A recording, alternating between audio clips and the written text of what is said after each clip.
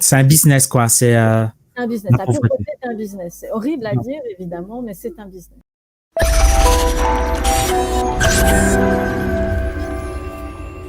Donc, bonjour tout le monde. J'espère que vous allez bien et surtout que vous êtes en bonne santé. Aujourd'hui, sujet inédit, nous allons parler de l'Afrique en compagnie de Véronique Dimier. Véronique Dimier, bonjour. Bonjour à tous. Donc, je rappelle, vous êtes docteur en sciences, vous êtes docteur en sciences politiques, spécialiste de l'Afrique et professeur à l'ULB, l'Université libre de Bruxelles. C'est ça. La plupart des pays africains ont obtenu leur indépendance aux alentours des années 60. Aujourd'hui, nous sommes en 2020. Ça fait environ 60 ans que la plupart des pays africains sont indépendants. Nous allons voir avec vous un petit peu quel est le bilan de cette indépendance et aussi les perspectives d'avenir. Où va l'Afrique? Donc, je rappelle, l'Afrique, c'est 54 pays. C'est un immense continent, immense territoire. Et première question, on parle souvent de l'échec des indépendances africaines. Est-ce que vous partagez ce constat? Mais en fait, j'ai envie de vous dire, mais échec par rapport à quoi et pour qui? Échec peut-être par rapport à quoi et pour qui? Ouais. Peut-être par rapport à certains pays asiatiques, comme par exemple la Malaisie, la Singapour, la Corée du Sud, etc., qui ont rattrapé, voire parfois dépassé l'Occident, l'Europe. L'Afrique semble un peu à la traîne, non? Donc, en termes de développement, c'est ça. En termes de développement, en termes, par exemple, de taux d'alphabétisation, en termes de revenus, etc. Ok. Donc, c'est bien ce que j'avais compris. Alors, moi, je dirais, l'indépendance n'a pas été un échec pour tout le monde. D'abord, elle a été un succès pour l'élite qui prend le pouvoir à la décolonisation. Un succès au sens où, pour cette élite-là, il n'y a eu que des côtés positifs. Ça leur a permis d'asseoir un pouvoir presque absolu, dans la plupart des cas, d'avoir accès à d'énormes ressources, notamment financières, quand elles ont ces ressources pour la plupart gardées pour elles, à travers un système de corruption, de détournement de fonds. Donc l'indépendance n'a pas été un échec pour tout le monde en Afrique. Elle a été un échec pour peut-être une grande partie des populations qui du coup ont été spoliées de ces ressources, des ressources financières, des ressources naturelles. Mais pour l'élite qui prend le pouvoir à la décolonisation, c'est pas du tout un échec pour elle. Ça n'a eu que des effets positifs. Voilà, c'est pour ça que quand je vous dis échec par rapport à qui et par rapport à quoi, pour qui et par rapport à quoi, c'est à ça que je pensais. Alors, si, comme vous le dites, le but à l'indépendance, c'est d'accoucher de démocratie et d'accoucher d'état de droit et d'état-providence, vous le dites, d'un État qui fournit de l'éducation, qui fournit la santé, qui est capable de redistribuer dans une certaine mesure des revenus à l'ensemble de la population. Donc, c'est vrai que par rapport à ça, si vous voulez, il y a eu effectivement un échec par rapport à ça, par rapport à cette capacité de redistribution des revenus, par rapport à cette capacité à aller vers un régime démocratique.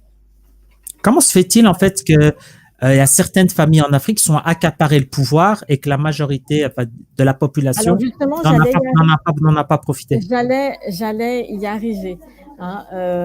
C'est-à-dire que la plupart des pays africains à la décolonisation sont devenus des pays ce qu'on appelle des États néopatrimoniaux, c'est-à-dire des États où le but des hommes au pouvoir, c'est réellement de garder le pouvoir coûte que coûte, de ne pas le partager, de le garder. Et donc, de le garder, ça veut dire, pour le garder, distribuer les richesses qu'ils ont eux-mêmes à certaines parties certains clans, certaines personnes qui vont justement soutenir ces élites au pouvoir.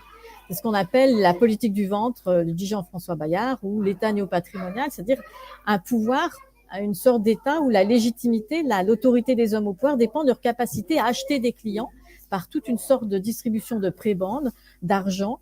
Alors bien entendu, ces élites-là, elles ne visent pas le bonheur des populations, elles ne visent pas le bien-être des populations. Elles visent la pérennité, rester au pouvoir. La pérennité de leur pouvoir, coûte que coûte, quitte à faire parfois mourir, crever de faim une partie de la population, ou d'entretenir une pauvreté. Et il faut savoir que la pauvreté, c'est une ressource en Afrique, puisque d'où vient l'argent que ces élites se mettent dans la poche, il faut bien le dire, elle vient des ressources naturelles, le pétrole, le gaz, elle peut venir aussi des minerais, du diamant, du coltan au Congo. Elle peut venir également des taxes à l'import-export quand ces pays font du commerce, mais elle peut venir surtout de l'aide au développement qui est distribuée par les anciens colonisateurs ou par les organisations internationales. Et plus vous avez de pauvres dans votre pays, Et ben, plus vous avez une ressource, une rente, si vous voulez, puisque plus vous allez avoir de l'aide au développement, qui est en partie détournée par ces élites. Donc, vous comprenez que l'aide au développement devient une ressource pour ces élites qui n'ont aucun intérêt à ce que la pauvreté s'arrête. Plus elles ont de pauvres, plus elles ont d'aide au développement, plus elles peuvent s'en mettre plein les poches.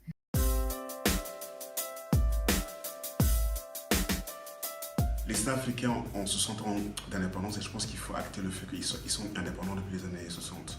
Mais l'indépendance est un moment historique au cours duquel ils accèdent à ce qu'on appelle la souveraineté internationale. Donc ils retrouvent le droit à s'autodéterminer. Mais il faut distinguer en fait l'indépendance de la décolonialité. Ce qu'il faut savoir, c'est que les anciennes puissances coloniales, elles sont parties sans être parties. Elles ont laissé une structure institutionnelle qui s'appelle l'État-nation. Elles ont laissé un projet économique qui s'appelle le développement. Elles ont laissé leur langue, elles ont laissé leur forme institutionnelle. Et nos États ont été convaincus, à l'heure des indépendances, qu'ils devaient épouser ces mêmes formes-là. Et elles ne se sont pas réinventées. Et ce qu'il faut savoir, c'est que les relations de dépendance et les asymétries qui ont été formées pendant un siècle ne disparaissent pas du jour au lendemain. Et qu'il est nécessaire de faire un travail dans tous les domaines pour que nos États recouvrent une souveraineté pleine et entière. Et ça, c'est un processus qui prend du temps.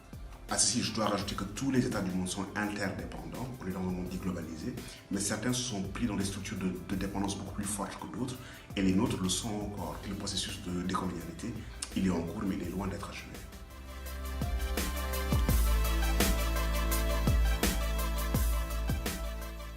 Est-ce que vous pouvez me donner quelques exemples de certains pays? C'est peut-être la Tunisie de Ben Ali, le Cameroun de Paul Biya, etc. Mais tous, à peu près tous. Il n'y en a aucun, sauf le Botswana. Ah oui, oui. Donc Alors, le Botswana, c'est le pays au nord de l'Afrique du Sud. C'est un des pays qui est le moins corrompu de la planète et qui est certainement le moins corrompu de l'Afrique, ça c'est sûr. Mais à part ce pays-là, qui pour des raisons très particulières, à la fois historiques, des questions institutionnelles, le leadership d'un leader éclairé de Tseré Tsekama, qui à l'indépendance a mené le pays vers une autonomie politique, une autonomie aussi, une démocratie, puisque le Botswana est une démocratie, mais aussi un certain développement économique. Alors le Botswana a des richesses naturelles, mais le Congo aussi. Le Botswana a beaucoup de diamants, mais Tseré Tsekama a réussi à faire un bon deal avec avec De Beers, la firme sud-africaine, pour pouvoir garder cet argent. Et il a ensuite créé une bureaucratie, grâce d'ailleurs à certains administrateurs coloniaux britanniques. Ça ne veut pas dire que ces administrateurs étaient toujours bons ou mauvais, mais en l'occurrence ici, il s'est fait aider par toute une bureaucratie, ancienne bureaucratie coloniale, pour créer un État indépendant et bureaucratique qui ne soit pas soumis aux batailles sociétales, ethniques notamment, ou aux politiques, si vous voulez. Donc, il a créé une bureaucratie digne de ce nom qui est capable de contrôler, de redistribuer les richesses aussi. C'est un pays où on a déjà un État-providence, le Botswana, depuis l'indépendance. On a un État qui sait construire des écoles, qui sait assurer le bien-être de ses populations. Tout ça grâce au courage politique de cet homme, mais aussi à des circonstances historiques, économiques, qui fait que ce n'est pas transposable dans d'autres pays. On parle très peu de ce pays dans la sphère francophone. Oui, mais parce que c'est un pays qui est vraiment très à part des autres. Et voilà, maintenant, les circonstances, vous avez parlé des dragons asiatiques, mais il faut bien savoir que les circonstances qui ont permis à des dragons asiatiques d'avancer ne sont pas les mêmes, et que les circonstances historiques, les circonstances culturelles, sociales, etc., la place de l'État, tout ça n'est pas similaire à l'Afrique, et donc on ne peut pas comparer. Voilà. Je ne sais pas si ça répond à votre question. Oui, donc pour vous, il y a un très beau documentaire sur justement la capacité des élites africaines. Je pense à Paul Biya, mais de Santos, quand il était encore au pouvoir, tous les grands dinosaures de la France-Afrique.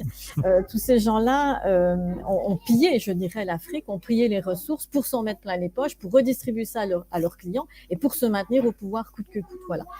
Ça, c'est la leçon qu'on peut tirer, je pense, de cette évolution post-indépendance. Et tout ça, c'est fait, excusez-moi, mais avec l'aide de l'ancien pays colonisateur. C'est-à-dire que ces élites sont corrompues parce qu'on peut les corrompre. Et qui les corrompt, ce sont souvent les multinationales et notamment les entreprises des anciens pays colonisateurs, mais c'est aussi nos élites françaises, belges, anglaises.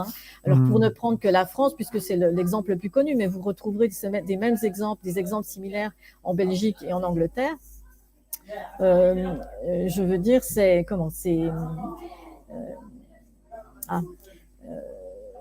C'est-à-dire, par exemple, si une entreprise, imaginons française, veut s'installer dans un pays francophone d'Afrique, elle a un petit peu des passe-droits, elle corrompt certains dirigeants. Elle a des ou elle pages, demande- tout à fait. Elle corrompt des dirigeants, c'est-à-dire qu'elle va donner un bakshish pour participer à des appels d'offres dans le cadre de l'aide au développement ou pour monter une entreprise ou une filiale.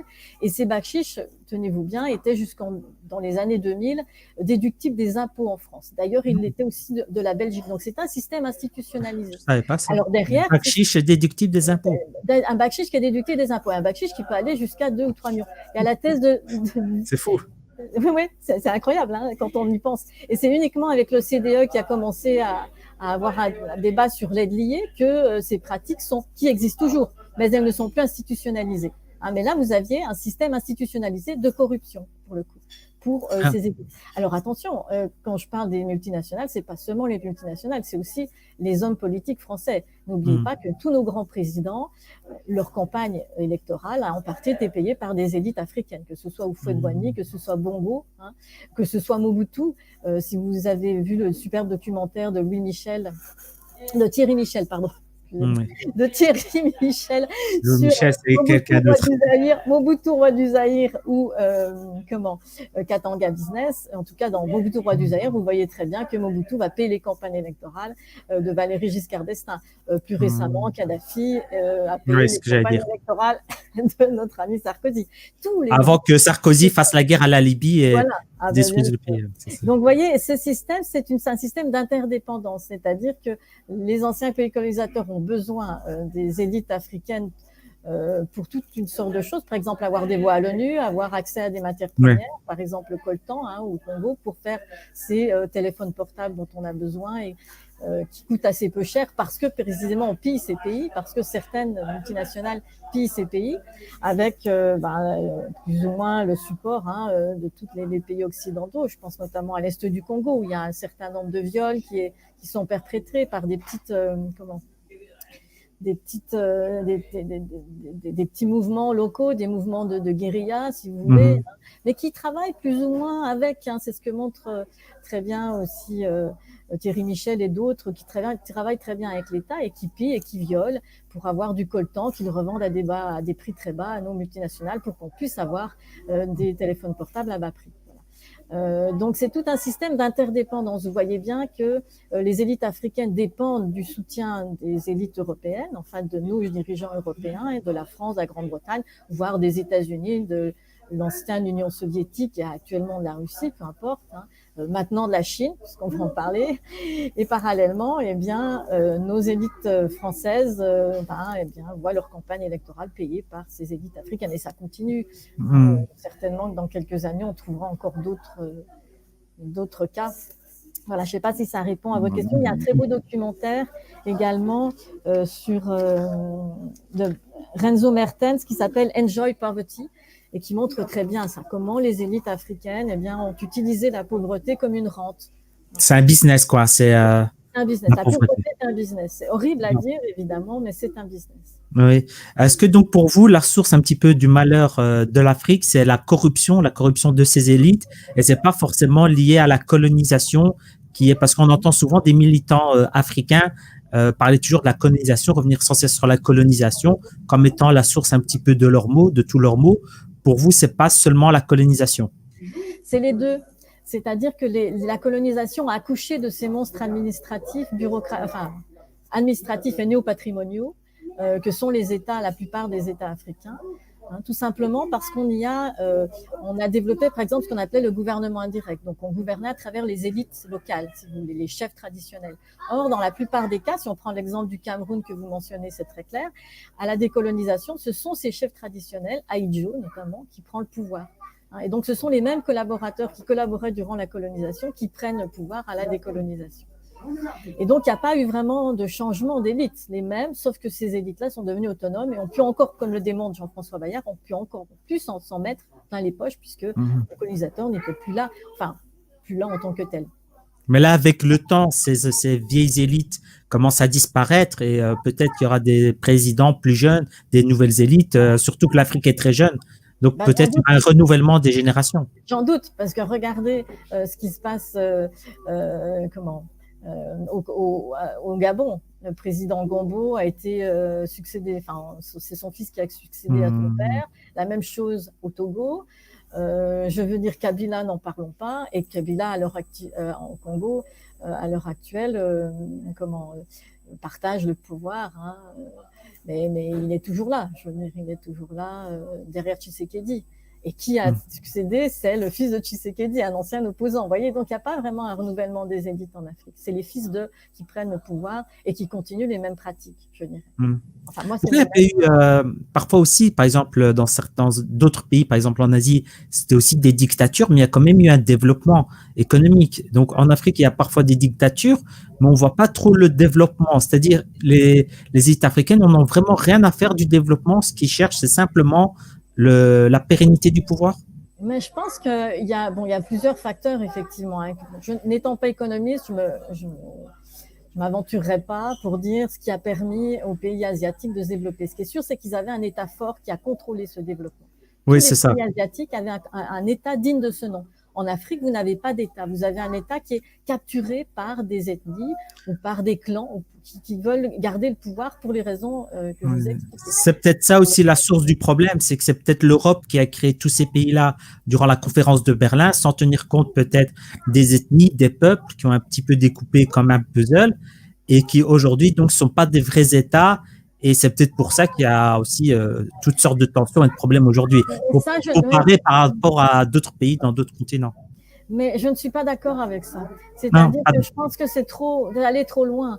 C'est-à-dire qu'effectivement, il y a des États qui ont été créés, mais les ethnies aussi ont été créées par le colonisateur, pour certains historiens. Vous voyez, on a créé des ethnies comme on avait des nations en Europe. On leur a donné les mêmes caractéristiques. Hein, mais voilà, je veux dire, après, la Belgique... Mais la langue, par exemple, la culture, etc., c'est pas l'Europe qui les a inventés. Par exemple, les Peuls ou les autres, etc. Ils sont des vieilles ethnies qui sont là depuis très, très longtemps. Bien sûr, mais rien n'empêche deux ethnies d'être dans un même État. Alors, je ne vais pas prendre l'image de la Belgique parce que c'est peut-être un mauvais exemple. Oui, c'est ça. Les Wallons et les Flamands sont quand même deux ethnies différentes qui vivent pourtant dans un même État. Et pour l'instant, on arrive quand même à maintenir cet État. Donc, je veux dire, au-delà des conflits, si on faisait des États pour toutes les communautés et toutes les ethnies, il n'y aurait plus d'État dans le monde. L'important, c'est d'avoir un État qui puisse assurer le bien-être de toute la population, quelle que soit l'appartenance ethnique. Selon vous, quels sont les pays qui ont plutôt bien géré leur indépendance jusqu'ici? Mais en fait, je ne sais pas ce que ça veut dire bien gérer son indépendance. Je dirais plutôt avoir un IDH, un indice de développement humain relativement élevé. Mais comme je vous l'ai dit, à part le Botswana, je ne vois pas d'autres pays. Oui, le Botswana, peut-être certaines îles un peu éloignées aussi, comme l'île Maurice ou les Seychelles. Peut-être, mais enfin, c'est des tout petits pays. Micro-États. Certains pays, est-ce que certains pays aussi, peut-être d'Afrique du Nord, sont moins pauvres que les pays d'Afrique subsaharienne? Mais ça dépend sur quoi vous vous basez. Moins pauvre, peut-être au niveau du revenu global de l'État. Et encore, en Afrique, pour mesurer ça, c'est très difficile puisque la plupart des États africains ne connaissent pas le nombre de leur population exacte. Il y a 30% des enfants, par exemple, en Afrique de l'Ouest, selon l'ONU, qui ne sont pas enregistrés. Ce qui veut dire qu'ils ne font pas partie des électeurs. Aucune statistique. Et donc, aucune statistique. Et donc, on ne peut pas les incorporer dans le PNB, par exemple. Et c'est la même chose pour l'Afrique du Nord. Donc, si vous voulez, c'est difficile de donner des indications claires à ce niveau-là parce qu'on n'a pas les chiffres. Donc, de dire que ces pays se sont plus développés que d'autres, que les pays du Nord sont plus développés, ben non, regardez le Botswana, c'est pourtant un pays... c'est l'exception qui confirme la règle, le Botswana. Ouais, mais voilà, je veux dire, c'est très difficile de faire des comparaisons. Moi, je m'aventurerais pas. Donc, les chiffres, par exemple, du PNUD, du Programme des Nations Unies pour le développement concernant la santé, l'éducation, etc., pour vous, ils sont pas fiables? Non, ils sont pas fiables. Aucun chiffre n'est fiable en ce qui concerne l'Afrique, parce que on n'a pas. Comment voulez-vous mesurer, par exemple, le nombre d'enfants alphabétisés si vous ne savez pas le nombre d'enfants que vous avez sur votre territoire? Et en Afrique de l'Ouest, 30% des enfants ne sont pas enregistrés. Alors au Maroc, peut-être dans les pays, Tunisie, peut-être c'est moins le cas. L'État est peut-être plus présent et peut-être plus capable de compter ces populations, mais voilà. Le Maroc, ils ont un État très fort et très ancien. C'est possible. Hein, mais voilà, après, vous ne pouvez pas faire des chiffres si vous n'avez pas les mêmes bases de chiffres. Et la principale base de tous ces chiffres, c'est quand même Hmm. la population. Donc, c'est difficile de dire qu'un État est plus développé qu'un autre. Et puis, la deuxième réflexion, c'est que qu'est-ce que ça veut dire le PNB? Je veux dire, à la rigueur, il vaut mieux regarder effectivement le nombre d'enfants qui sont scolarisés, le nombre de mortalité infantile, ce genre de choses. Là, on est plus déjà dans le comptage des inégalités. Oui, donc l'Afrique ne doit pas forcément copier le modèle occidental de développement, mais peut-être avoir son propre modèle. Par exemple, on voit que l'Asie a beaucoup copié l'Occident par rapport à ça, mais il y a peut-être d'autres voies de développement possibles. Mais j'en vois pas d'autres voies de développement possibles. Parce que déjà, nous, on cherche une autre voie de développlement possible. Vous voyez ce que je veux dire? On est Oui, oui. arrivé à un stade où notre modèle de développement n'est plus possible. Parce qu'il épuise la planète, parce qu'il permet l'exploitation des trois quarts de la planète. Vous pouvez avoir un téléphone portable à bas prix parce que d'autres meurent, hein, au Congo, parce qu'ils ont été violés, parce qu'elles ont été violées, parce que ils ont été massacrés par ces petits clans, ces chefs de guerre qui vont piller, qui vont revendre ça à bas prix à des multinationales. Donc voilà, notre modèle de développement s'est fait sur le dos de l'Afrique, sur l'exploitation et la misère de l'Afrique. Mais aujourd'hui, il y a beaucoup d'économistes donc qui soulignent le fait que le commerce entre l'Europe et l'Afrique est très faible. Par exemple, la France commerce surtout avec ses voisins, avec l'Allemagne, avec le Benelux, avec l'Espagne, etc., avec les États-Unis, l'Asie, et commerce très peu avec l'Afrique. Est-ce que dire que le développement de l'Europe est basé sur le pillage de l'Afrique, est-ce que c'est pas faux d'un point de vue factuel? Mais il faut voir, je veux dire, faire du commerce, ça n'est pas piller, on est bien d'accord. Oui, Faire bien du sûr. commerce, c'est faire du commerce. Hein. Piller, ça veut Mais dire. par exemple, une partie seulement très faible des importations françaises viennent d'Afrique aujourd'hui. Oui. Très faible le commerce entre la France et l'Afrique. Et le pillage, il est inclus dans le commerce, par exemple. Mais la plupart des multinationales, elles œuvrent dans l'ombre. Elles ne vont pas, je veux dire clairement ce qu'elles font. Quand elles achètent à ces chefs de guerre, elles ne vont pas dire qu'elles font du commerce avec ces chefs de guerre. Donc, une grande partie, c'est toujours pareil. L'économie africaine est une économie de l'ombre, une shadow économie. Il y a beaucoup de choses qu'on ne connaît pas. Donc, de nouveau, se baser sur des chiffres pour dire voilà, il y a peu de commerce, donc il n'y a pas de pillage, non. Il y a un pillage qui se fait. Il y a un pillage pour vous, donc le commerce entre l'Europe et l'Afrique est sous-estimé et c'est plus grand que ce que les chiffres Le indiquent. commerce, c'est une chose, le pillage, c'en est une autre. Mais le pillage, par exemple, en général, si pour faire apporter de la marchandise en Europe, on l'inclut dans le commerce. Si par exemple une multinationale paye des chefs d'État étrangers pour avoir tel ou tel produit, et ils font comme s'ils l'avaient acheté légalement, ils maquillent ça comme si c'était du simple commerce. En général, non. Ils maquillent. Mais après, comment vous faites avec ce genre de choses pour donner des chiffres qui sont fiables?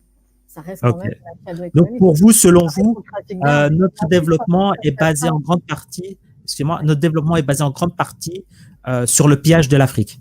Ouais, exact. Ah ok, parfait. Parce qu'il y a d'autres aussi spécialistes qui ne sont pas d'accord, c'est juste pour avoir votre avis, pour être sûr. Je voulais aussi vous parler d'un pays un petit peu qui est considéré comme un ovni en sciences économiques, Madagascar. Donc Madagascar, c'est la grande île au sud de l'Afrique, dans l'océan Indien, qui est une ancienne colonie française, qui est un grand pays avec d'énormes ressources naturelles, qui est donc une île qui est éloignée des conflits, des zones de tension africaines. Et pourtant, le pays est et pourtant, ce pays est l'un des plus pauvres du monde. Comment cela se fait-il en fait? En fait, je pourrais vous dire la même chose pour le Congo, le Cameroun et beaucoup d'autres pays. Ah, vraiment, parce qu'il y a beaucoup de tensions géopolitiques, puis il y a les voisins, etc., tandis que Madagascar est éloigné de tout ça. Ça ne veut pas dire qu'il n'y a pas des élites au pouvoir qui prennent tout. Je veux dire, vous savez, la dernière campagne du dernier président a coûté mais une fortune. Qui paye ça? Qui paye? C'était la campagne la plus chère de toute l'humanité. C'est vrai? Je n'étais pas au courant de ça. Et donc, il faut bien que cet argent vienne de quelque part. Vous êtes d'accord? Hein? Donc, okay. Voilà, il y a des élites qui aussi pillent le pays, je pense, hein, selon le même modèle, pour acheter des clients, pour maintenir leur pouvoir. Et voilà, tenu par la France évidemment, ou par d'autres pays, enfin, peut-être pas tous, mais en tout cas à certains moments de l'histoire. Quelle influence aujourd'hui des anciennes puissances coloniales européennes en Afrique? Est-ce qu'ils ont encore la main ou est-ce que, par exemple, c'est d'autres nouvelles puissances? On parle surtout, par exemple, de la Chine, mais aussi de la Turquie, de l'Inde, des États-Unis, etc. Est-ce que les vieilles puissances, est-ce que l'Afrique est toujours une chaise gardée pour l'Europe? Mais je dirais non, parce que depuis que la Chine est là, c'est de moins en moins une chasse gardée pour l'Europe. Il y a une concurrence, si vous voulez. Maintenant, on dit souvent que la Chine fait mieux que les pays européens, ou moins bien, ça dépend les critiques, hein, ou ça dépend qui vous parle. Bon, elle fait exactement la même chose. Si vous regardez le Belt and Road Initiative que la Chine étend partout dans le monde, qu'on construit des routes, qu'elle finance, etc. On a fait la même chose pendant 60 ans, même plus. Donc voilà, il n'y a pas tellement de différence. Alors, donc pour vous, la Chine est en train de coloniser l'Afrique? Je ne dirais pas coloniser l'Afrique, mais elle est en train de faire la même chose qu'on a fait après la colonisation, que l'Europe a fait après la colonisation. Une sorte de néocolonialisme. C'est-à-dire une sorte de néocolonialisme où vous donnez de l'aide internationale, mais en échange, vous prenez certains minerais. Voilà, ce genre de choses. Vous construisez des routes, mais en échange, vous donnez quelque chose. Ce sont les grands contrats, par exemple, de la Chine avec le Congo, qui s'avèrent alors plus ou moins bénéfiques pour le pays, parce que les routes sont mal construites, parce que voilà, et toujours l'élite se prend une partie. Le grand contrat qu'a fait la Chine avec le Congo, l'élite au pouvoir, Kabila, a mis je ne sais combien de millions dans un compte en banque avec ça. Vous voyez, ça profite toujours à quelqu'un. Ce chemin de fer au Kenya, cette route et cette centrale hydroélectrique en Ouganda ont tous été construits avec l'argent des Chinois. Pékin a investi 136 milliards de dollars dans le continent africain au cours des 17 dernières années et il y aura encore plus d'investissements à l'avenir. Le président chinois a annoncé un financement supplémentaire de 60 milliards de dollars pour des projets similaires. La Chine et l'Afrique vont coopérer pour créer une communauté sino-africaine, un avenir commun qui se caractérisera par une coopération mutuelle, le bonheur de tous et une coexistence harmonieuse. Pour certains pays africains, il s'agit des projets d'infrastructures les plus importants depuis des années, mais certains y voient autre chose. Le piège de l'endettement, des projets vains ou encore un nouveau colonialisme. De plus en plus de pays africains se retrouvent endettés par rapport à la Chine. La Chine accable les pays partenaires d'une dette écrasante. Accable l'Afrique avec une dette insoutenable. Est-ce que c'est pas plutôt une opportunité pour l'Afrique, par exemple, qu'il y ait des concurrents, qu'il n'y ait pas seulement l'Europe, qu'il y ait d'autres puissances aujourd'hui? Est-ce qu'ils ne peuvent pas jouer les uns contre les autres pour avoir plus d'avantages?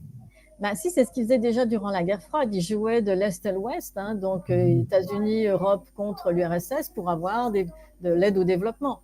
Mais comme je l'ai dit, et donc maintenant ils font la même chose avec la Chine. Si l'Europe leur dit on ne veut pas construire votre barrage, ils vont vers la Chine dire bon voilà, est-ce que vous voulez bien construire notre barrage et en échange on vous donne ça, ça, ça et ça. Donc évidemment, mais ça c'est pas nouveau, ils l'ont toujours fait. Sauf que les acteurs sont un peu nouveaux maintenant, puisqu'au lieu d'avoir la Russie qui est toujours là, mais je veux dire, la Chine est de plus en plus présente. Donc, quand il y a un marchandage à faire, on se tourne plutôt vers la Chine, qui est capable de donner beaucoup d'argent en échange d'accès à certains minerais, etc., ou de l'achat de terres, peu importe.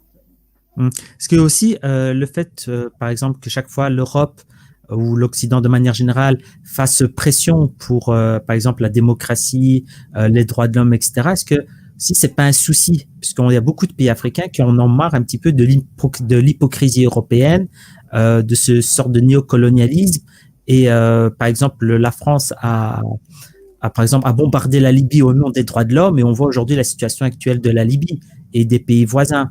Est-ce que c'est pas aussi un gros problème pour l'Europe, et donc les pays africains préfèrent se tourner vers un pays comme la Chine qui se soucie peu de ce type de questions? Mais en fait, alors il y a plusieurs questions dans ce que vous dites. Il y a des choses je serais plutôt d'accord, des choses je serais moins d'accord. D'abord, je pense que, en ce qui me concerne en tant que citoyenne, j'aimerais que tous les pays africains soient démocratiques. Voilà. Que ce soit un idéal européen, peu importe. Mais j'ai une question par rapport à ça. Dans des pays où le PNUD estime, je sais que les chiffres sont pas tout le temps fiables, que par exemple dans certains pays comme le Mali, le Tchad, il y a environ l'ONU estime qu'il y a environ 70% de gens analphabètes. Est-ce qu'on peut faire une démocratie où la grande majorité de la population est analphabète, donc qui ne sait pas lire et écrire? d'accord, mais il faudrait se poser la question pourquoi il y a un État, il n'y a pas d'État qui permette l'éducation de ces gens-là. Mmh. Alors, voilà, je veux dire maintenant, je suis absolument contre l'idée de dire qu'un pays n'est pas prêt pour la démocratie. Non. La démocratie, elle se construit par des batailles. Il a fallu des années, une centaine d'années en France, en Europe, pour qu'on ait des démocraties dignes de ce nom. Elles se créent pas en un jour, ça c'est clair. Il faut des batailles, c'est des batailles. Ça prend du temps et ça doit venir de l'intérieur. Est-ce que les pressions externes, c'est quelque chose de positif? Pardon, est-ce que les pressions Est-ce que les pressions externes, c'est quelque chose de positif? Pas, puisque forcément, la démocratie ne peut venir que de compromis sociaux et de batailles sociales. Et donc, imposer la démocratie, mais je ne pense pas que l'Europe ait imposé la démocratie dans beaucoup de pays. Vous savez, on a beaucoup fait de compromis avec des gens comme Paul Biya. On n'a jamais imposé à Paul Biya la démocratie. On n'a jamais imposé à l'Érythrée, la pire dictature, une démocratie. Et on continue à donner de l'aide largement sans contrôler où elle va en Érythrée. Je parle de l'Europe en général, mais la communauté européenne en particulier, mais c'est pareil pour les États membres. On continue à donner à des États sans se préoccuper s'ils sont démocrates ou pas. Si leurs leaders sont démocrates ou pas. Donc, je veux dire, cette idée d'imposer la démocratie, c'est bien dans les discours, mais en pratique, la communauté, enfin l'Union européenne comme les États membres, mettent très peu en place des sanctions contre les États non démocratiques.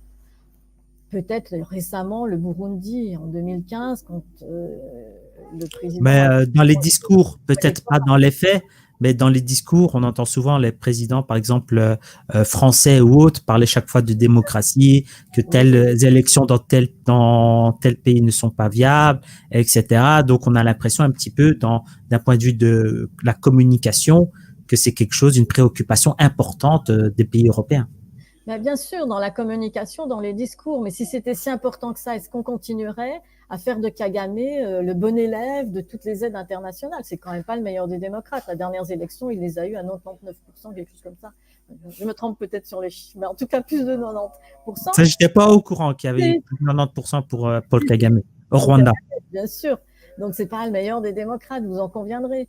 Donc voilà, et pourtant on continue à lui donner, à lui faire confiance. Donc voilà. Donc je pense qu'il faut dissocier les discours d'un côté qui sont de bonne volonté, mais les actes de l'autre qui fait que l'Europe, l'Union européenne comme les États membres continuent à faire des compromis, à aider, à soutenir les pires dictatures en Afrique. Il faut bien. Donc, pour vous, c'est juste de l'hypocrisie, c'est juste de la communication et dans les faits, il n'y a rien derrière.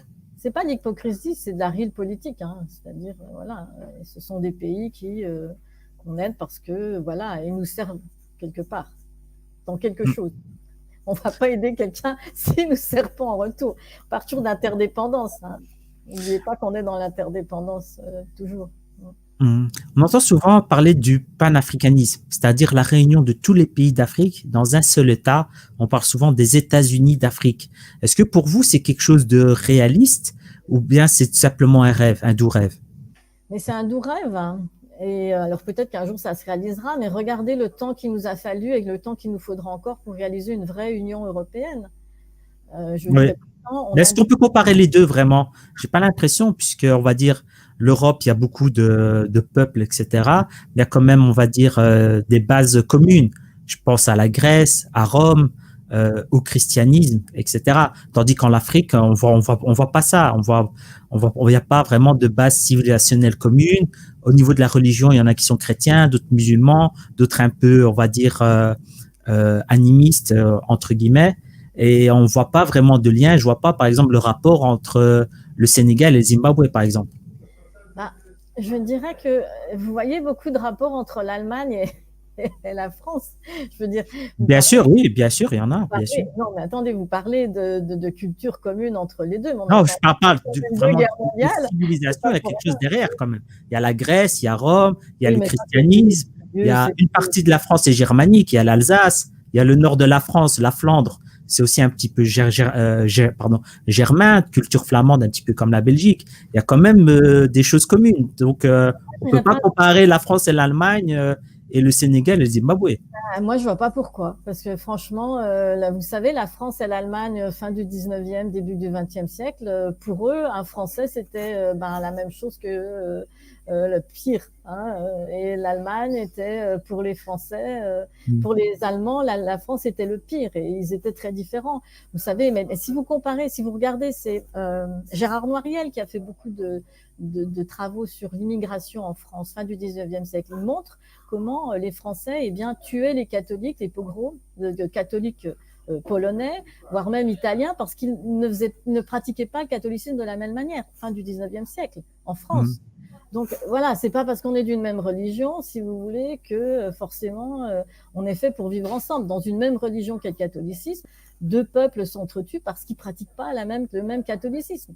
Donc pour moi, tout ça, non, ce sont des différences. À partir du moment où il y a une volonté de vivre ensemble, et à partir du moment où il y a un État très fort ou une super institution qui est capable de distribuer de manière plus ou moins équitable à différents pays quelque chose en fait, où il y a là vous pouvez avoir quelque chose de commun et c'est ce qu'on essaye de faire en Europe et c'est ce qu'on a essayé de faire et ce qu'on continue à essayer de faire. Maintenant, l'Afrique n'a pas ça non pas parce qu'il y en a qui sont catholiques ou musulmans ou peu importe, non. Il n'y a pas ça parce qu'il n'y a pas d'institution qui soit assez, je dirais, stable. Il n'y a pas d'État en Afrique qui soit assez stable, qui soit assez fort pour créer ça.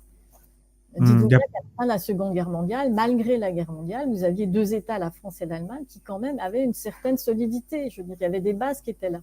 Alors, sans parler de la Grèce antique et de la Rome antique, non, il y avait les bases d'un État, il y a les bases administratives d'un État qui étaient là, qui a permis ensuite de créer des institutions communes qui puissent contrôler à l'ensemble des membres de cette communauté qu'est l'Union européenne.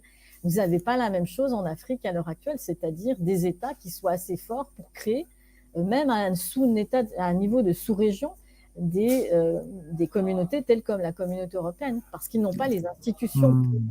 Est-ce que les géants de l'Afrique comme le Nigeria, l'Afrique du Sud, l'Égypte, qui n'ont pas cette force peut-être en Afrique pour faire cela, vous ne pensez pas? Mais le Nigeria, je pense pas. Enfin, pour moi, le Nigeria, c'est pas d'abord, regardez la facilité avec laquelle Boko Haram entre au Nigeria. Si c'était un État réellement fort, les soldats nigériens ne foutraient pas le camp devant Boko Haram. Ouais, tout à fait, je comprends. L'Afrique du Sud, peut-être. C'est un État qui est relativement stable. Alors, à cause de l'apartheid, il faut bien le dire, mais qui est un État où il y a une bureaucratie, alors qui n'est pas exemple de corruption, on l'a vu avant les dernières élections, et peut-être encore maintenant, mais voilà, c'est un État qui a des bases, à mon avis, des bases bureaucratiques assez solides, comme le Botswana pour le coup. L'Égypte, non. Pareil, c'est un État qui, on l'a bien vu dans les révolutions arabes, qui est relativement faible. Alors, ce sont un peu des géants au pied d'argile, forte population, mais beaucoup d'instabilité. Beaucoup d'instabilité. Moi, par exemple, je parlais du panafricanisme. Par exemple, moi, je suis d'origine marocaine et je vois mal, par exemple, un jour le Maroc former un seul pays avec l'Afrique du Sud, par exemple. C'est trop éloigné. La plupart des Marocains n'ont jamais vu un Sud-Africain de leur vie, que ce soit un blanc ou un noir. Il n'y a pas grand-chose en commun au niveau culturel ou autre. Je vois mal le fait que le Maroc fusionne avec l'Afrique du Sud. Par exemple, le Maroc, sa base, c'est plutôt, on va dire, l'Afrique du Nord, le Moyen-Orient, l'Afrique de l'Ouest, le sud de l'Europe, les pays latins. Mais par exemple, des pays qui sont à l'autre bout de l'Afrique, il n'y a vraiment pas grand-chose de commun.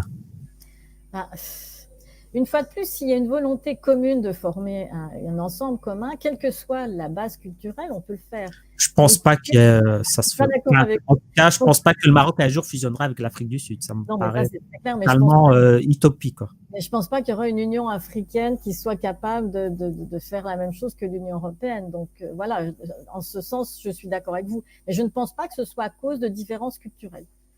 Je pense que ce sont peut-être à cause de différents niveaux de développement. Et encore, quand l'Union européenne s'est élargie, la communauté européenne s'est élargie, on a accepté la Grèce, et puis on a accepté l'Espagne, et puis on a accepté aussi des pays comme les anciens pays de l'Est, qui n'avaient pas le même niveau de développement.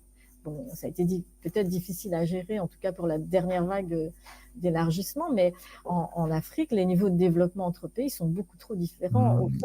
Surtout qu'il y a des pays qui n'ont pas d'État, ou quasiment pas, comme la Somalie, par exemple. ou même le Tchad, ou des pays qui sont dans une Ou la instabilité. RDC ou d'autres pays comme ça. La RDC. Donc c'est déjà difficile de mesurer leur niveau de développement avec des chiffres, mais c'est aussi difficile de mettre en place des institutions communes qui soient solides si vous n'avez pas à l'intérieur même de ces États des institutions solides. Mhm. Vous voyez? Est-ce que des unions peut-être régionales, plus petites, serait une meilleure idée, serait plus, on va dire, réaliste? Je pense par exemple l'Afrique de l'Ouest, de l'Est, Australe, du Nord. Est-ce que c'est pas une première étape, on va dire, plus concrète, plus petite pour aller peut-être un jour vers les États-Unis d'Afrique? Est-ce que vous pensez pas que ça devrait être la première étape, même si ça se fait déjà un petit peu? Oui, ça se fait déjà un petit peu, mais oui, évidemment, c'est une première étape. Après, il faudrait voir quels sont les pays qui sont capables d'avoir cette volonté commune, de créer des institutions communes et de faire marcher ces institutions avec des contrôles communs, avec une bureaucratie qui soit capable de mettre en place des choses, des politiques communes, etc. On cite souvent en exemple la CEDEAO. Est-ce que vous pensez que c'est une bonne union, la CEDEAO? Je n'ai pas à dire si c'est une bonne union ou pas. Ils essayent de faire quelque chose, mais comme je vous l'ai dit, ils n'ont pas les institutions nécessaires pour créer une Union européenne, pas pour l'instant. Ça peut être une union douanière, effectivement. C'est ce que demande l'Union européenne, c'est que l'Afrique crée des petites unions douanières comme ça pour favoriser le libre-échange. Je ne pense pas d'ailleurs que l'Afrique y a à gagner dans ces États. Il y a même plutôt à perdre de tout ça. Mais libre-échange veut dire dans leur espace, par exemple, entre pays d'Afrique de l'Ouest. Entre pays de l'Afrique de l'Ouest. Et puis entre ces pays de l'Afrique de l'Ouest, cette union, et puis l'Union européenne. C'est ça le but. De Cotonou, c'était de créer une grande zone de libre-échange entre l'Afrique et l'Union européenne en créant des accords commerciaux avec des petites sous-régions qui, entre elles ou d'entre les États, il n'y aurait plus de barrières douanières, mais il n'y aurait plus non plus de douanières à terme entre l'Union européenne et ces sous-régions. Ceci dit, ça n'a jamais fonctionné, on continue à négocier et c'est difficile parce que comme le dit Béatrice Hibou, les frontières sont une ressource importante pour les élites africaines. Plus vous êtes frontières, plus vous êtes de taxes à l'importation, et donc plus ces élites peuvent avoir accès de nouveau à de l'argent pour le placer dans des paradis fiscaux, pour s'en servir, pour pour se maintenir au pouvoir, si vous voulez. Donc aucune élite africaine, pour l'instant, n'a envie de se couper l'herbe sur pied et de créer des réelles zones de libre-échange qui, de fait, empêcheraient d'avoir cette source de revenus importante pour elles. Je ne sais pas si je suis claire. Oui, je vois tout à fait. Donc, les frontières, en fait, sont une source financière pour ces États-là. Ils touchent des droits de douane ou des bakshish, etc. Exact. Et donc, personne n'a réellement intérêt à ce que ces barrières disparaissent. C'est comme le montre Béatrice Hibou dans ses ouvrages. Dès qu'on supprime une barrière douanière, on crée des barrières invisibles. Enfin, l'Europe fait la même chose, vous allez me dire. Comment expliquez-vous un petit peu que, par exemple, les pays d'Afrique du Nord, du Maghreb, commercent si peu entre eux? Il existe une union du Maghreb, mais qui est quasiment lettre morte jusqu'à aujourd'hui, malgré, on va dire, les liens, on va dire, culturels entre tous ces pays. Mais moi, je suis pas sûre qu'ils commercent pas entre eux. Ils commercent entre eux, mais de manière de la shadow économie. Quand vous allez au Maroc, en Tunisie ou en Algérie, le nombre de personnes qui traversent les frontières avec des bidons d'huile, des bidons de pétrole sur leur charrette. Mais maintenant, c'est plus trop le cas, puisque l'Algérie, avec le Maroc, a posté des barbelés, des caméras ultra sophistiquées, etc.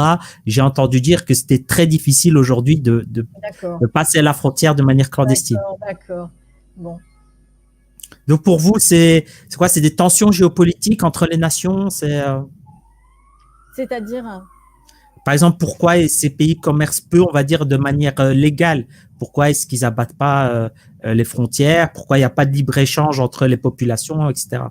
Enfin, de libre circulation des personnes, comme il existe en Europe ou autre. Je vais vous le dire, le roi du Maroc n'est aussi pas exemple, c'est une élite. On sait très bien que le Maroc est un des pays très corrompus aussi d'Afrique.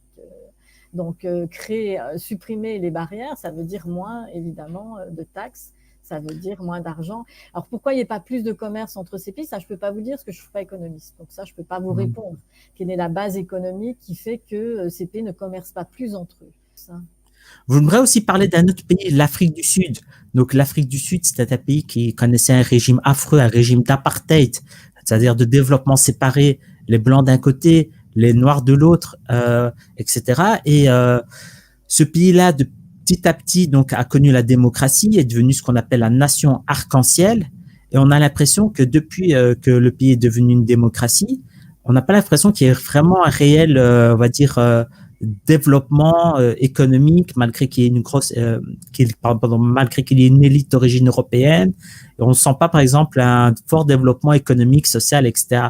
Vous, quel bilan tirez-vous de l'Afrique du Sud depuis ces 20 dernières années? Mais moi, je trouve que l'Afrique du Sud, a beaucoup changé. Non. Oui, c'est sûr, bien Et sûr. je pense que la démocratie en Afrique du Sud est très vivace, est extrêmement vivace. Et je pense que toutes les élections qui ont eu lieu, il y a eu des mobilisations extrêmement importantes pour faire respecter certains droits, pour demander certains droits, comme le droit à la santé. Il faut savoir que l'Afrique du Sud, c'est un pays où le nombre de personnes atteintes du sida est relativement élevé. Et l'a toujours Très élevé, oui. Depuis une trentaine d'années. Est-ce que c'est un pays moins corrompu que les autres ou à peu près au même niveau? Non. Mais on ne peut pas dire qu'il n'y a pas de corruption. D'ailleurs, c'est pour ça que l'ancien président Zuma n'a pas fini. Il y a eu des scandales à répétition pour l'ANC, le parti au pouvoir. Tout à fait. Il y a eu des scandales à répétition. Mais ce qui est intéressant, c'est que les gens se sont mobilisés et que les dernières élections se sont faites en partie sur ces questions-là. Et donc, il y a une réaction, des mobilisations collectives très importantes. Donc, après, je veux vous dire franchement, le développement tel qu'on le connaît en Europe, il a fallu 100 ans de bataille entre syndicats et d'autres parties de la population. Comme dirait Martin Daunton, qui est un chercheur britannique qui a travaillé sur la mise en place de l'État-providence en Grande-Bretagne, il a fallu 100 ans de bataille. Donc 1850, 1950 et deux guerres mondiales pour qu'on arrive à un État-providence qui... En fait, c'est parce qu'on compare souvent avec des anciens pays colonisés comme l'Asie. Ils ont eu un développement tellement fulgurant ces 50 dernières années qu'on se dit, mais pourquoi l'Afrique fait pas la même chose en fait? Oui, mais bon, après, est-ce que la Malaisie a un système de redistribution? Je ne sais pas. Bien sûr, oui, bien sûr. Singapour a un revenu par habitant supérieur à la plupart des pays européens.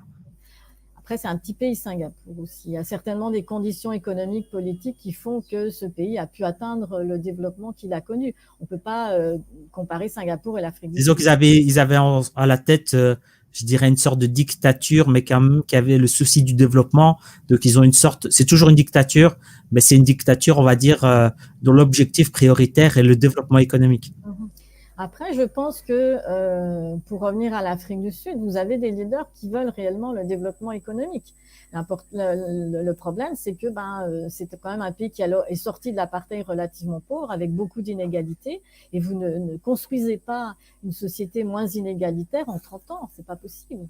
Pourtant, au niveau, par exemple, simplement de la croissance économique, on voit que c'est pas fou, la croissance économique en Afrique du Sud. Parfois, on a même des taux de croissance négatifs.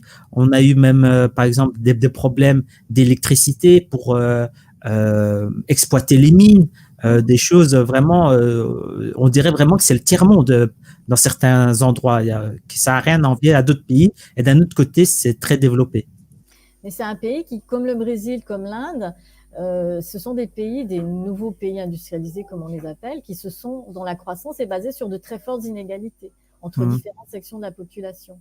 Et donc, je pense que l'Afrique du Sud a pris le même chemin. Ceci dit, avec la nécessité de lutter contre l'épidémie SIDA, vous avez quand même eu, à partir de 2008, en tout cas 2009, une volonté réelle des gouvernements de mettre en place un système de sécurité sociale qui fait son chemin. Une nouvelle fois, c'est pas quelque chose que vous mettez en place du jour à l'autre, mais il y a quand même cette volonté-là.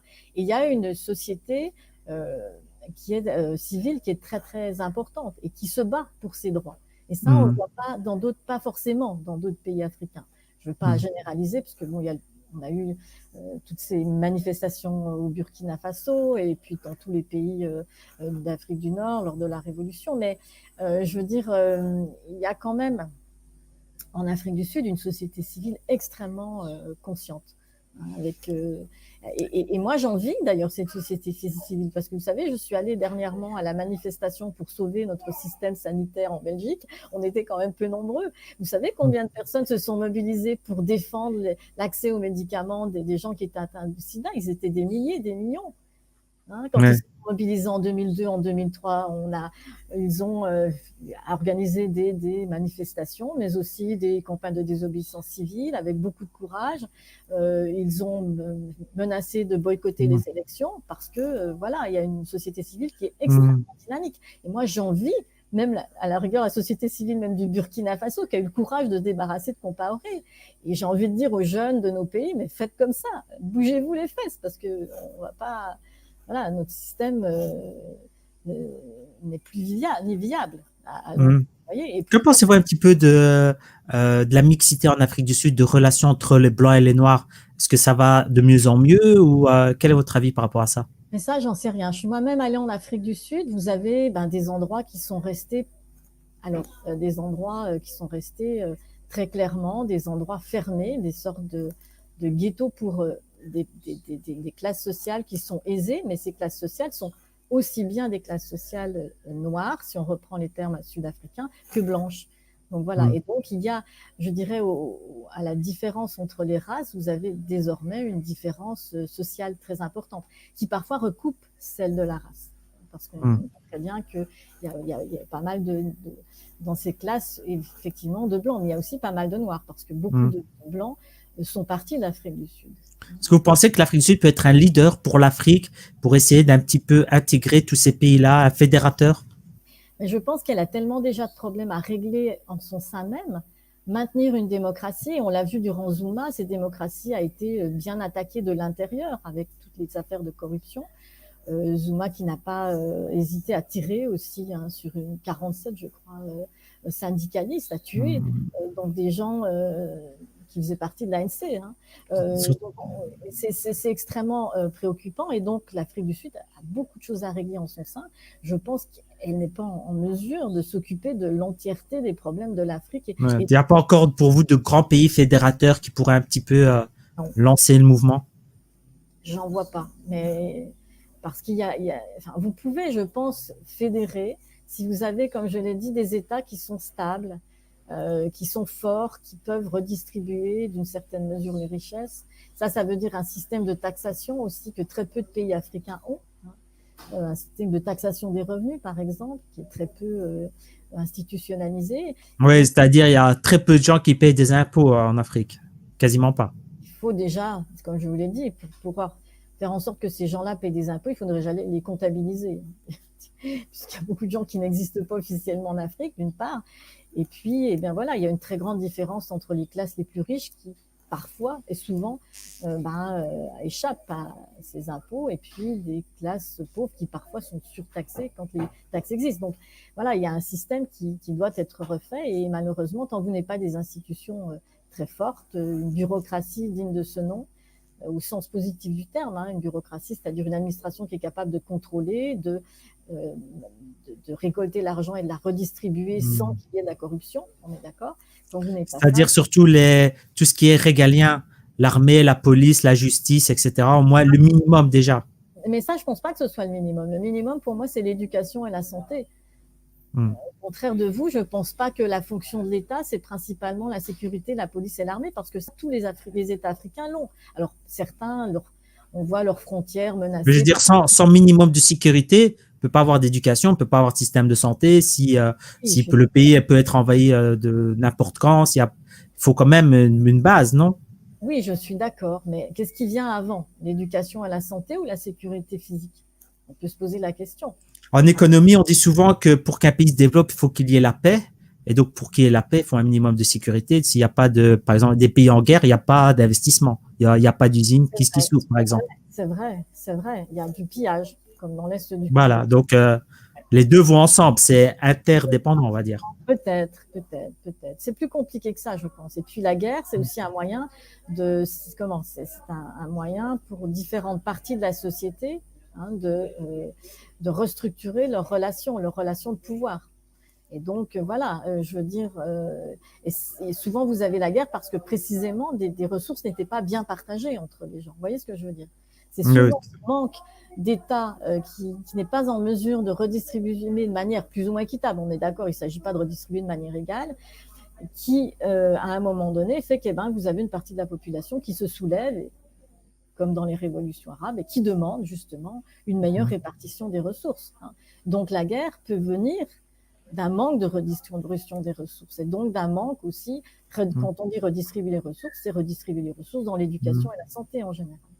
Bien sûr. Justement, vous avez parlé des pays arabes, des révolutions arabes. Est-ce qu'il y a eu des changements en Afrique du Nord? Est-ce que, par exemple, la Tunisie, est-ce que vous pensez que la Tunisie va changer un petit peu, va à un avenir prometteur, etc., est devenue une démocratie? Ou si, par exemple, qu'est-ce que vous pensez des changements un petit peu qu'il y a eu dans chacun des pays? Rapidement. Hein. Mais en fait, je pense que c'est trop tôt pour le dire. Et personnellement, j'ai pas vu beaucoup de changements. Je pense que les mêmes pratiques continuent. À part un peu en Tunisie, d'un point de vue politique, pas Ouais. encore peut-être d'un point de vue économique. Et en Égypte, pas du tout, c'est encore pire, puisque Morsi, qui était le président donc élu démocratiquement, a subi un coup d'État, donc qui était le président issu des frères musulmans, a eu un coup d'État soutenu par les États-Unis. Enfin, ils n'ont rien dit, on va dire, ils ont laissé. Et aujourd'hui, on a de nouveau une dictature militaire. Donc, on a une dictature militaire qui a remplacé une dictature militaire en Égypte. Moi, j'ai plutôt l'impression que l'Égypte a fait un tour à 360 degrés. C'est ça, ouais. Non, c'est exactement ça. Après, voilà, est-ce que, voilà, je sais pas. Mais, À part, moi, je pense, à part la Tunisie un petit peu sur plan politique, soit c'est pareil, soit c'est pire. moi, ouais, je pense, même, je suis pas très optimiste à ce niveau-là. Je pense que, voilà. Pas très optimiste. Est-ce que vous êtes optimiste pour l'ensemble du continent ou bien vous êtes très pessimiste? Mais je suis très pessimiste parce que moi, à partir du moment où vous avez des enfants qui continuent à mourir de faim ou de diarrhée sur un continent, je peux pas être optimiste. Alors maintenant, je suis pas Et optimiste. ça va pas mieux. Ça, chaque année, c'est de pire en pire. Mais ça dépend pour quel pays. Vous avez dit qu'il y avait beaucoup de pays. Donc, pour certains pays, comme le Ghana, ça s'est amélioré. Il y a un réel système de santé qui est en train d'être mis en place. Voilà. Si vous prenez le Tchad, non, ça s'est dégradé. Enfin, je veux dire, ça s'est pas, non, ça s'est peut-être pas dégradé, mais ça s'est pas beaucoup amélioré. Voilà. Donc, de manière globale, si on fait un bilan global, c'est plutôt pessimisme. Ben, moi, je suis très pessimiste pour l'Afrique. Je pense que, comme je vous l'ai dit, à partir du moment où vous avez des populations qui sont malmenées, dont les ressources sont pillées, qui ont ni accès à l'éducation ni à la santé, je pense, je ne peux pas être optimiste. Alors, ça fait 50 ans qu'on donne de l'aide au développement et rien n'a changé. Donc, vous pensez qu'il y a des raisons d'être optimiste à ce niveau-là? Alors, pour vous rassurer, je ne suis pas plus optimiste sur l'Europe parce que, par exemple, je pense à un rapport qui a été fait en Grande-Bretagne par l'UCL, une université de Londres, par un monsieur qui s'appelle le professeur Marmot et qui montre combien les inégalités ont tellement augmenté en Grande-Bretagne que l'espérance de vie a baissé énormément dans les parties. C'est-à-dire le développement recule quoi, en Grande-Bretagne. Vous avez plus de 30% des enfants en Grande-Bretagne qui vivent sous le seuil de pauvreté. 36% autour de Londres et dans les pays, les comtés qui sont dans le nord de l'Angleterre, les comtés industriels. Pareil pour les femmes, notamment l'espérance de vie des femmes a baissé parfois de 6 ans, je crois, si mes souvenirs sont bons, mais il faudrait vérifier. Pour ces régions-là, c'est énorme.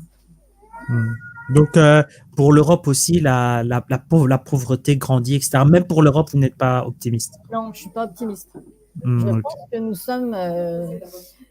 alors voilà, après, ça c'est mes hypothèses, mais je pense qu'on a un État qui est de plus en plus réduit dans ses fonctions, qui n'assure plus ses fonctions de redistribution, de moins en moins en tout cas, dans le cadre de l'éducation et la santé. Et c'est ce que nous a montré la crise du Covid, c'est-à-dire que en fait, on a été incapable de gérer médicalement cette crise parce que nos hôpitaux, parce que notre système de santé est en pleine perdition, je dirais. Voilà. Et donc moi, je ne suis pas très optimiste sur l'Europe parce que je pense qu'il y a des forces néolibérales, ce que Ziegler, un grand monsieur qui a beaucoup travaillé sur la faim dans le monde dans le cadre de l'ONU, parle d'une kleptocratie financière qui gère un peu les États. Alors, au lieu d'avoir des États qui gèrent ces milieux financiers, et je pense que nous sommes à un niveau où l'État est tellement réduit dans ses fonctions qu'on risque de devenir africanisé. Et c'est ce que démontre très bien un chercheur américain, 2 chercheurs américains, les frères Komarov, qui montrent très bien comment en fait les pratiques de clientélisme en Afrique sont en train de nous revenir en Europe. Donc, ils montrent comment l'État en Afrique est en train de se retransposer en Europe. Ça, c'est merveilleux parce que, merveilleux au sens terrible du terme, c'est-à-dire que c'est pas du tout l'Europe qui exporte son modèle, c'est l'Afrique qui exporte son modèle généralisé de clientélisme, de corruption. Est-ce que vous avez peur un petit peu du modèle chinois? On parle souvent du consensus de Pékin en opposition au consensus de Washington, c'est-à-dire État fort, développement économique, mais toujours dictature politique. Est-ce que c'est un modèle que vous pensez va s'étendre en Afrique? Non, non, non. Mais moi, je veux pas de ce modèle ni en Europe ni en Afrique. Non, mais je pose pas la question. Est-ce que vous voulez ce modèle? Je vous pose la question. Est-ce que vous avez peur que ce modèle se répand en Afrique? Est-ce que c'est un modèle qui séduit? Mais c'est un modèle qui se répand en Europe aussi. D'ailleurs, la manière dont on a géré le Covid est la même que celle qu'a mis en place la Chine. Donc, on a copié, si vous voulez, les mesures chinoises quelque part. Pour le meilleur ou pour le pire, hein. Ça, c'est à chacun d'en juger. Mais je veux dire... c'est pas vraiment pareil. Je suis pas un spécialiste, mais j'ai pas l'impression que ce soit pareil. Les mesures sont quand même des mesures très sécuritaires. Voilà. C'est-à-dire le confinement, que les gens restent chez eux, etc. Le confinement et puis le contrôle des gens, le contrôle à travers différents instruments. L'État chinois est un État qui est capable de contrôler sa population, alors voilà, pour le meilleur ou pour le pire, mais avec des instruments qui sont tout sauf démocratiques. Et je pense que le Covid a permis d'imposer ça aussi à certaines populations en Europe. Ça ne veut pas dire que c'est peut-être négatif au sens où, voilà, peut-être qu'il fallait... Vous pensez que le Covid, c'est un marchepied vers la dictature? J'irai pas jusque-là, mais je pense que ça démontre l'incapacité de nos États à faire face à une épidémie. Et on aurait pu gérer cette épidémie différemment si notre système de santé a été beaucoup plus fort. Okay. Est-ce que vous pensez que ce modèle va se répandre en Afrique de plus en plus? C'est-à-dire le modèle sécuritaire? Voilà, donc dictature politique, mais quand même essayer de faire qu'il y ait un développement économique ou pas du tout? C'est mal barré, hein. Moi, je vois pas aucun pays peut-être. Après, vous avez le modèle de Kagame. On dit souvent Kagame, voilà, il a pu développer son pays, mais c'est quand même un dictateur. Donc, c'est un modèle, c'est un modèle qui est pris par toutes les grandes organisations internationales, par certains États européens, par l'Union européenne. Oui, mais on oublie que Kagame, il a pillé quand même, il continue à piller l'Est du Congo pour mettre en place ce modèle. Donc, c'est pas sans side effect pour les voisins du Rwanda. Donc, je dirais pas que Kagame, c'est quand même le meilleur des exemples. Et pourtant, si on regarde, c'est celui qui peut-être se rapproche le plus de l'État africain, de l'État chinois. Merci en tout cas pour vos lumières concernant le continent africain. On a compris un petit peu, vous êtes pessimiste, vous n'êtes pas très optimiste pour l'Afrique. Espérons que les Africains, que la population africaine aille de mieux en mieux. Merci en tout cas, Dr Dimier. Si vous avez quelque chose à dire, si vous avez un petit message à passer. Non, je dirais simplement à tous les jeunes Européens de prendre l'exemple des jeunes Sud-Africains et des jeunes Burkinabés qui se sont bougés et qui ont réussi quelque part, j'espère en tout cas pour l'avenir, à faire bouger un peu les choses. Il faut voir ce qui va se passer avec le Burkina Faso dans les années à venir, mais voilà, j'aimerais que les jeunes se mobilisent un tout petit peu plus pour défendre notre système d'éducation et de santé et prennent exemple sur les pays africains dans cette mobilisation collective. Voilà. Parfait. Merci en tout cas, Dr Dimier, pour votre temps.